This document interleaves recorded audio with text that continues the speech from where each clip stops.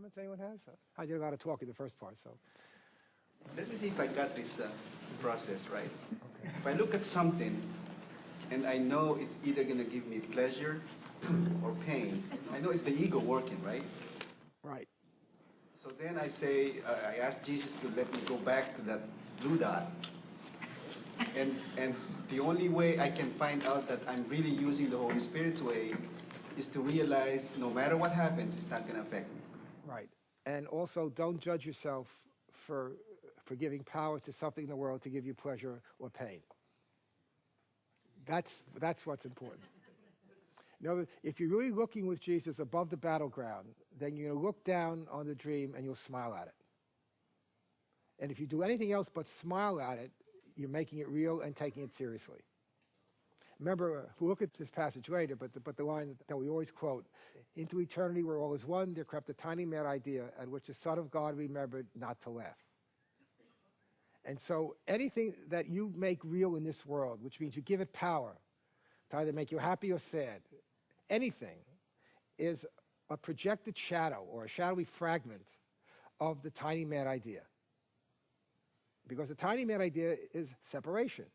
So if I think there's something out there that can affect me positively or negatively, obviously I believe in separation. I'm here and there's that something out there that can affect me. So it's all a form of the tiny mad idea. So remember that line.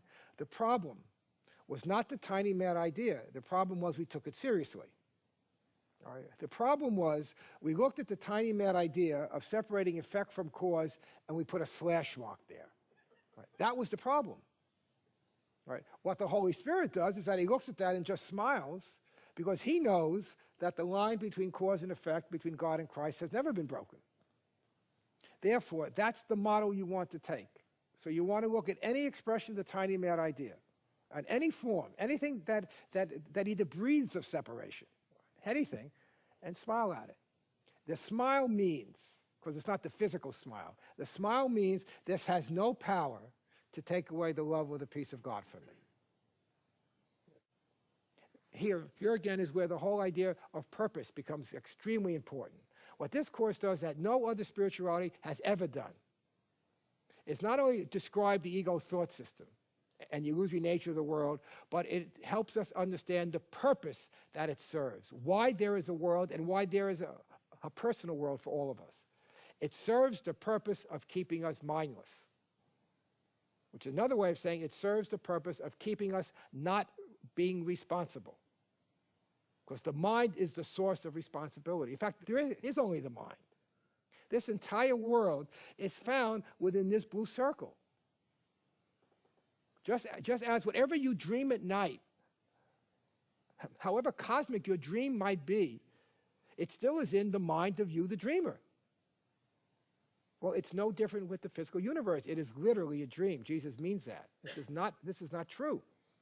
And it all exists right here in this blue circle. And it's only when, again, we could return our attention to that blue circle that we understand that. That's what it means to be above the battleground. It's in that blue circle. Because when you're above the battleground with Jesus, the decision maker becomes an observer. When you're in your right mind, the decision maker is an observer. There are so many passages in this course that describe the process of looking. You know, one of the ones I always quote because it is such a wonderfully succinct summary is, forgiveness is still and quietly does nothing. It merely looks and waits and judges not. So what forgiveness does is it comes back here above the battleground and does nothing. Because why should you do something about something that doesn't exist? Why fix something that's not there? When an individual does that, we call that person schizophrenic. Right? That's why Jesus tells us over and over in this course we are insane. We are hallucinating. That's the word he uses, hallucinating. We're trying to fix something here. Everything here in red is made up. Everything. Everything in blue is made up too. But it's a correction for what the ego has made. What forgiveness does is it goes back to this point above the battleground, is quiet and still, does nothing. It looks on the ego thought system, waits for us to identify with our role as being a decision maker, and above all, doesn't judge. It says, yes, this is devastation, this is sin, this is guilt, this is fear, this is murder, but it's all made up. Not one note in heaven's song was missed. Ideas leave not their source. Nothing happened. So take all these statements and put them together. The miracle establishes that we are dreaming a dream and it's not true. The miracle looks on devastation, says it's not true.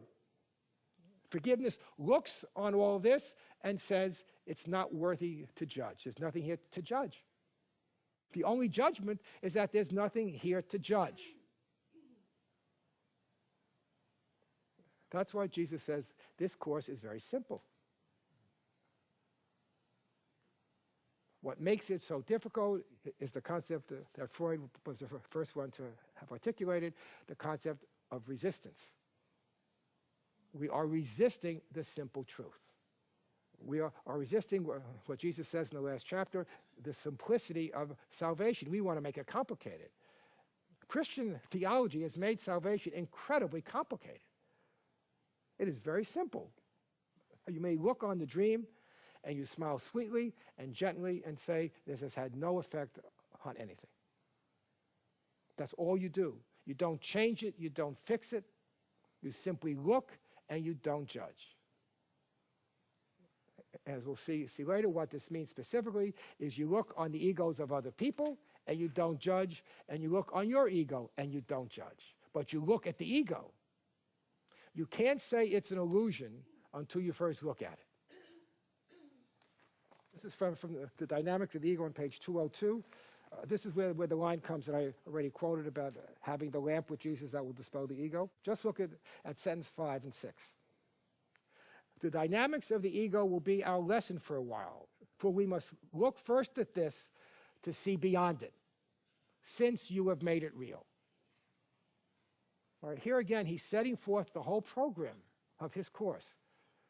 Together, you and I, he tells us, will look at the ego, not because it's real, but because you have made it real. And so we first must look at it in order to see beyond it. And then he says it again, we will undo this error quietly together, and then look beyond it to the truth. You can't get to the truth until you first look at the error. This is not a course in love, in beauty, in truth, in peace, in joy.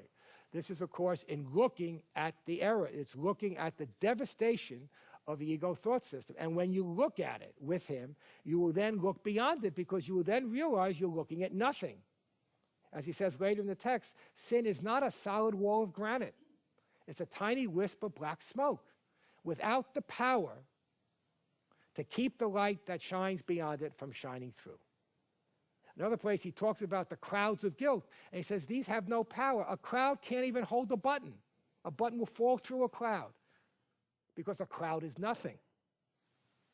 We think it takes away the sun, but all it does is hide it. That's what guilt is. That's what the ego thought system is. It has no power to keep the light away from us. But you won't know that if you don't look. And you first must acknowledge there is something there that you're looking at, which means you must acknowledge the ego in you, not the egos in everybody else. There is no everybody else. Everything is a projection of what is in the mind. So we use what we have projected to get back to the source of the projection.